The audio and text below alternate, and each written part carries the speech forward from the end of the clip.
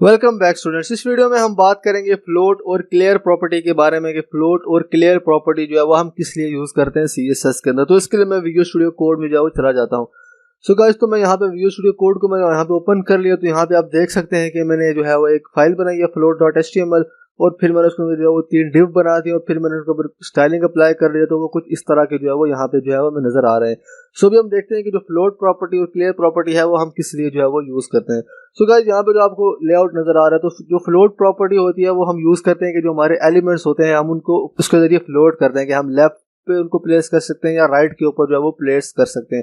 तो जो फ्लोट होती है उसकी दो ही वैल्यूज होती हैं, लेफ्ट और राइट। सो अभी हम उनको जो है प्रैक्टिकली करके जो है वो देखते हैं। सो यहाँ पे मैंने आइटम बनाए हैं, मैंने जो क्लास दिया आइटम 1 और आइटम 2।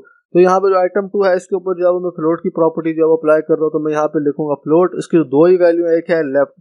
तो मैं लेफ्ट करूंगा तो यहाँ पे आप देखेंगे कि यहाँ पे जो है वो ये लेफ्ट के ऊपर जो है वो आ गया और जो नीचे वाला आइटम नंबर 3 था वो पहले नीचे था, तो अभी वो जो है वो ऊपर जो है वो आ गया है। सो इस तरह से जो है वो हम डिफरेंट लेआउट्स जो है वो बना सकते हैं यूजिंग फ्लोट प्रॉपर्टी। इसके बाद जो है ऊपर वाला जो है आइटम नंबर 1 उसको जो है वो मैं फ्लोट लेफ्ट कर देता हूँ और नीचे वाले को मैं फ्लोट राइट कर देता हूँ। तो मैं इसको सेव करूंगा और इसको जो है वो मैं फ्लोट लेफ्ट जो है वो कर देता हूँ। तो मैं यहाँ पे इसको सेव करूंगा तो यहाँ पे आप देखेंगे कि यहाँ पे जो है वो ये दोनों साइड बाय साइड आ गए और यहाँ पे जो आइटम नंबर 3 था वो इन दोनों के दरमियान में जो है वो आ गया। सो इस तरह की जो प्रॉब्लम्स होती हैं वो हमें फेस करनी पड़ती है जब भी हम जो है वो फ्लोट का जो है वो यूज करते हैं। ये इसकी एक्चुअल जगह नहीं थी, इसकी एक्चुअल जगह थी इन दोनों के बाद। सो इस प्रॉब्लम को सॉल्व करने के लिए हम क्लियर प्रॉपर्टी का जो है वो यूज करते हैं। सो आइटम नंबर 3 जो है वो ऊपर चला गया है। सो हम इसके अंदर आ जाएंगे तो यहाँ पे मैं लिख लूंगा क्लियर बोथ। तो मैं यहाँ पे लिख लूंगा क्लियर बोथ। तो आप देख सकते हैं कि यहाँ पे जो है वो नीचे आ गया। इसके बाद अगर हम इसके अंदर जो है वो जितना मर्जी कंटेंट डालेंगे तो जो कंटेंट होगा वो इसके अंदर से जो है वो ओवरफ्लो जो है वो नहीं होगा। सो जो क्लियर होता है उसकी भी दो ही वैल्यूज होती हैं, लेफ्ट और राइट। तो अगर मैं यहाँ पे जो है वो लिखता हूँ लेफ्ट तो मैं इसको सेव करूंगा तो यहाँ पे फिर भी कोई डिफरेंट जो है वो नहीं आएगा क्योंकि यहाँ पे अभी कोई कंटेंट नहीं है। तो अभी हम जो आइटम नंबर 1 है इसके अंदर जो है वो कुछ कंटेंट जो है वो डालते हैं। तो मैं यहाँ पे जो है वो लिख लेता हूँ लोरम एंड देन इसके अंदर मैं 200 जो है वो डाल देता हूँ टेक्स्ट। तो मैंने इसको सेव किया। अभी मैं जाके ब्राउजर में जाऊंगा तो यहाँ पे आप देख सकते हैं कि यहाँ पे जो है वो ये अपनी जो इसकी मिन हाइट है वो जो है वो ले रहा है।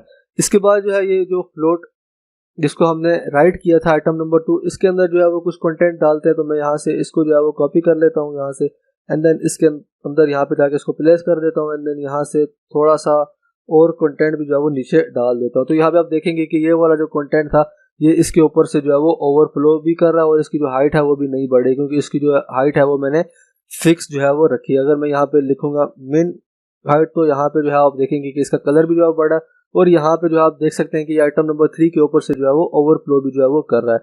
ये इस तरह से कर रहा है क्योंकि हमने यहाँ पे क्लियर लेफ्ट किया। तो अभी मैं यहाँ पे क्लियर जो है वो राइट लिखता हूँ तो इसको सेव करूंगा तो यहाँ पे आप देख सकते हैं कि अभी यहाँ पे जो है ये ओवरफ्लो जो है वो नहीं करेगा। अगर मैं जो आइटम नंबर 1 है इसके अंदर जो कंटेंट है वो थोड़ा ज्यादा कर देता हूँ तो अभी ये वाला जो है वो ओवरफ्लो करना जो है वो शुरू हो जाएगा। तो मैं यहाँ पे नीचे और भी कंटेंट जो है वो डाल देता हूँ, इसको सेव करूंगा तो यहाँ पे आप देख सकते हैं कि अभी इसने जो है वो इसके ऊपर से ओवरफ्लो जो है वो करना शुरू कर दिया है। सो अगर हम चाहते हैं कि दोनों जो है आइटम वो ओवरफ्लो ना करें तो उसके लिए हम यहाँ पे जो है वो वैल्यू यूज करेंगे क्लियर बोथ। तो मैं भी इसको सेव करूंगा क्लियर बोथ। तो भी आप देखेंगे कि यहाँ पे दोनों जो आइटम्स है आइटम नंबर 1 और आइटम नंबर 2 जो है वो दोनों ओवरफ्लो जो है वो नहीं कर रहे।